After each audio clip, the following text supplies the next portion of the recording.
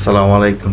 দেশের যে একটা অবস্থা, না পারতেছি বাড়িতে যোগাযোগ করতাম, নেটও ঢুকে না, ওই নাম্বারে কল ঢুকতেছে না।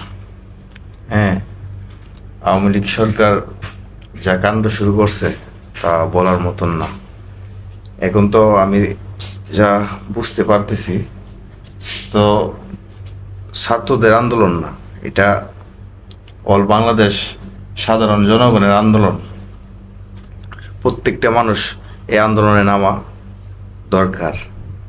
এই স্বৈরাচারী আওয়ামী লীগ সরকারের পতন অতি নিকট এসে পড়ছে। আশা করি নামতে হবে এই মাঠে।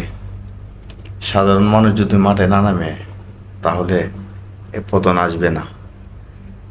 এখন কেউই বৈশা থাকলে হবে না। প্রত্যেকটা মানুষ যে যে জায়গার থেকে ঘরে বসে থাকলে পতন আসবে না। প্রত্যেক মানুষ সবাই মাঠে নামতে হবে, এ আশা কামনা করি সবার কাছ থেকে। আমরা প্রবাসী মানুষ, হ্যাঁ, না পারতেছি কোনো সহযোগিতা করতে। হ্যাঁ, আমরা যাই ফেসবুকে দেখে খুবই খারাপ লাগে। ডাইরেক্ট গুলি করে সাধারণ জনগণকে আর ছাত্রদেরকে, এগুলা দেখে আমাদের খুবই খারাপ লাগতেছে। আমাদের দেশে আরো অনেক সংগঠন আছে, বিএনপি আছে, জামাত আছে, আরো দল আছে। হ্যাঁ, প্রত্যেকজন এখন মাঠে নামা উচিত, দরকার। তাহলে আওয়ামী লীগ সরকারের পতন আসবে।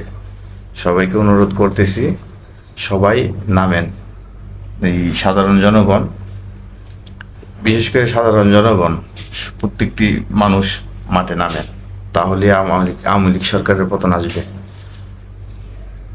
আমাদের প্রশাসন ভাইদেরকে বলতেছি, একবার আপনারা আওয়ামী লীগ সরকারের থেকে একটু দূরে সরে থাকেন না, তাহলেই তো দেখা যাক এদের কত জোর আছে দেখবো। আমরা সাধারণ জনগণ দেখতে চাই।